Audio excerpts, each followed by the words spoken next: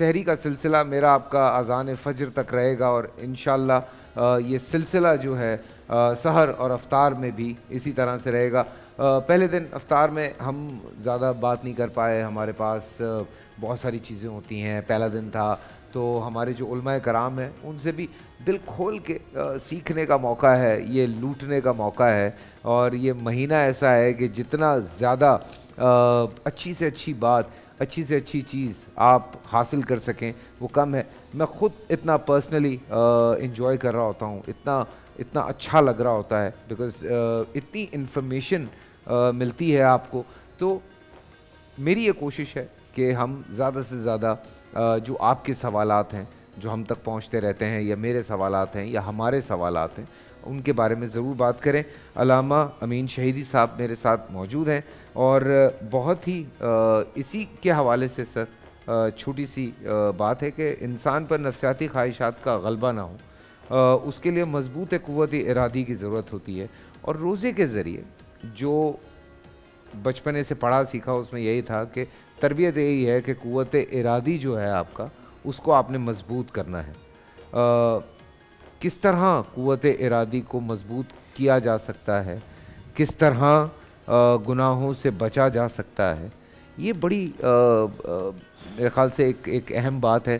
میں وہی جو سوشل میڈیا والی بات کی، یا ان سے بھی بات کی، یا گھر میں بھی جو مسائل ہوتے ہیں، سو قوت ارادی بہت اہم ہے اس میں۔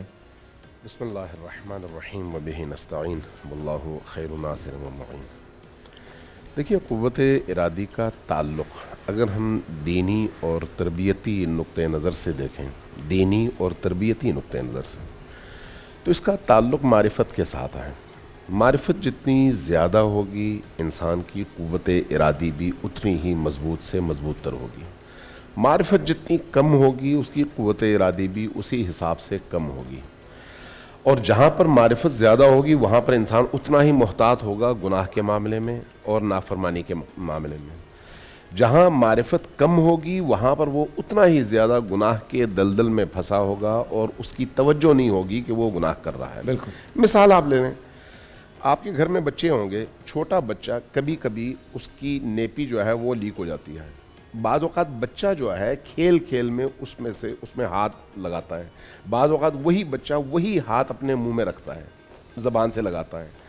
آپ کو تو وہ کراہت محسوس ہو رہی ہوتی ہے، بچے کو نہیں ہو رہی ہوتی۔ ٹھیک، اب آپ بچے کو قصوروار بھی نہیں سمجھ رہے ہوتے، فوراً لے جاتے ہیں بچے کو، دھوتے ہیں، دھلاتے ہیں، اور اس کے بعد اس کو پاک کر دیتے ہیں۔ اب اگر یہی کام کوئی بڑا کرے تو اس وقت آپ پر کیا گزرتی ہے اور اس بڑے پر کیا گزرتی ہے؟ وہ بچہ چونکہ بے شعور ہے، اس لیے آپ اس کو قصوروار نہیں ٹھہراتے۔ شعور کا تعلق انسان کے عمل سے ہے۔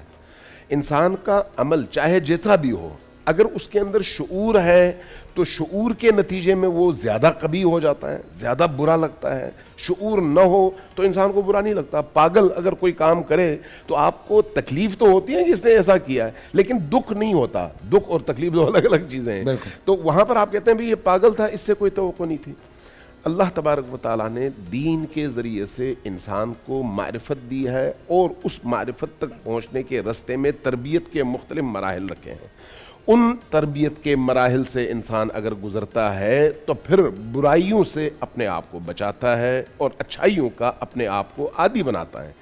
ایک شخص آیا امام صادق علیہ السلام کی بارگاہ میں، عرض کیا کہ یا ابن رسول اللہ، ہم نے سنا ہے آپ لوگ گناہ نہیں کرتے، کیا آپ گناہ نہیں کر سکتے یا نہیں کرتے؟ واہ واہ واہ، دو الگ الگ چیزیں ہیں۔ ایک ہے گناہ نہ کر سکنا، جیسے آپ اگر کسی بھی فرشتے کو دیکھ لیں، فرشتہ گناہ نہیں کر سکتا، ٹھیک ہے، اس لیے کہ اس کے اندر گناہ کے وہ گناہ کا خانہ جو ہے وہ ہے ہی نہیں۔ ہاں، وہ ول نہیں، شہوات نہیں ہے، ہاں ول نہیں، خواہشات نہیں ہے، خواہشات نہیں۔ جب پوچھا کہ آپ گناہ کر نہیں سکتے یا کرتے نہیں ہیں، تو آپ نے بجائے اس کے کہ جواب دیتے کہ کر سکتے ہیں نہیں کرتے، یا نہیں کر سکتے اس لیے نہیں کرتے، فرمایا کہ یہ بتاؤ تم روز صبح جب اٹھتے ہو تو اٹھنے کے بعد کیا کرتے ہو؟ پہلا کام کہا میں جاتا ہوں وضو کے لیے اور اپنے آپ کو فارغ کرتا ہوں، واش روم جاتا ہوں اور غلاظتوں سے فارغ ہو کے دو دھلا کے وضو کر کے آتا ہوں، نماز پڑھتا ہوں۔ کہا کبھی تم نے یہ سوچا کہ اپنی ہی نکالی ہوئی غلاظت میں سے کوئی ایک ذرہ اٹھا کے منہ میں ڈالو؟ اللہ، کہا کہ نہیں۔